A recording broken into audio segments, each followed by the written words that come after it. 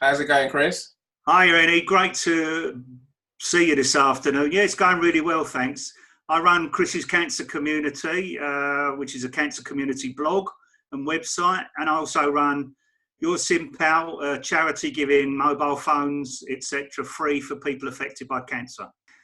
The people we help through, we help. So there are two ways I help. So through the charity, we're the only charity in the world that give free mobile phones where required, because some people have them already. And we give SIM cards that are prepaid for 6 months to help families affected by cancer. Not just the person by cancer, by the way, but I run a small charity, and it's difficult for us because the big boys generally want to go with the big boys. What have you got out of using LinkedIn to try and do fundraising? Give me concrete examples. So we found a gentleman who wants to be a business partner, and he also wants to donate some money to us because unfortunately he himself was involved with personal cancer, and also his son. And of course, he liked very much my personal story, and he was jealous actually, because he wanted to do some similar work to what I'd done, but I'd actually started it and he hadn't.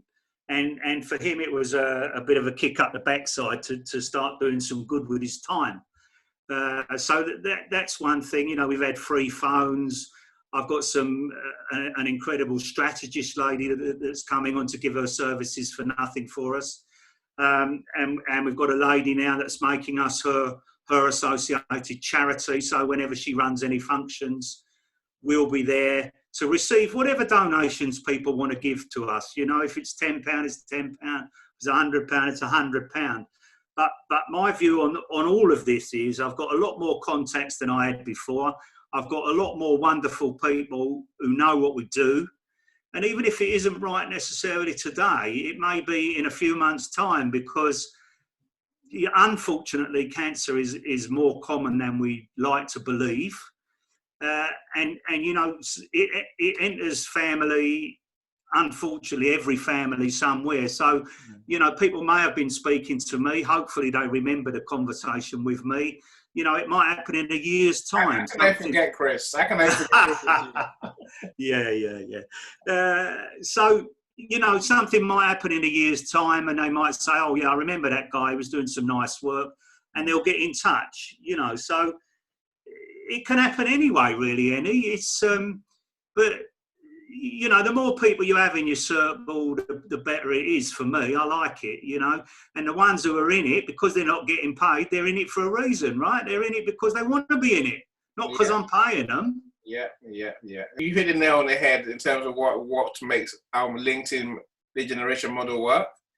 Connect with people, speak to them, build relationships, and see what comes. Explore the possibilities. You want to call it that. You never know what's going to come of it, and within that, you'll find some gems, I'm sure.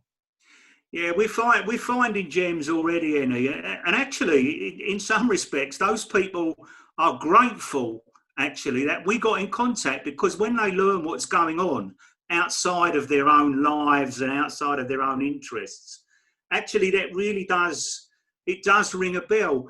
And one thing that shocks me, and we were talking off air, weren't we, about it, is that people. Look, there are a lot of time wasters, should we say, on all channels, on all channels of social media.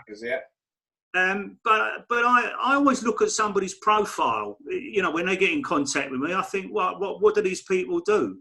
And most of them are helpful type characters. So generally, I will always connect with those people, because you just don't know why they want to connect with me. Maybe they want to sell something, but we can knock that on the head early.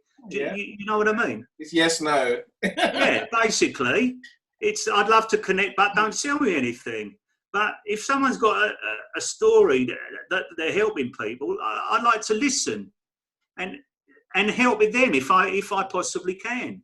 Would you recommend LinkedIn for charities to try and raise money? Personally, I would. It depends on the charities, to be honest, Annie. I can't see the big charities. I can't see the big charities using it, but I would say if you're a small to medium-sized charity, very definitely. Very, very definitely. It might take you into an area, you know, you might not be funny, you might not be having those skills to talk to people that you don't know. Yeah. It might take time to get used to those. Do you know what I mean? To make introductions and to find the way that works for you. But what I do know is that the current methods of raising money in charity are finished, definitely. So every charity, big or small, has to look at the way they raise funds now and see what works for them. LinkedIn's good for me, and for that I thank you again, Innie. So what's your charities again? So it's Chris's Cancer Community, which is not a charity, but and there's YourSimPal. Superb. Chris, you're a superstar. Innie, you're better.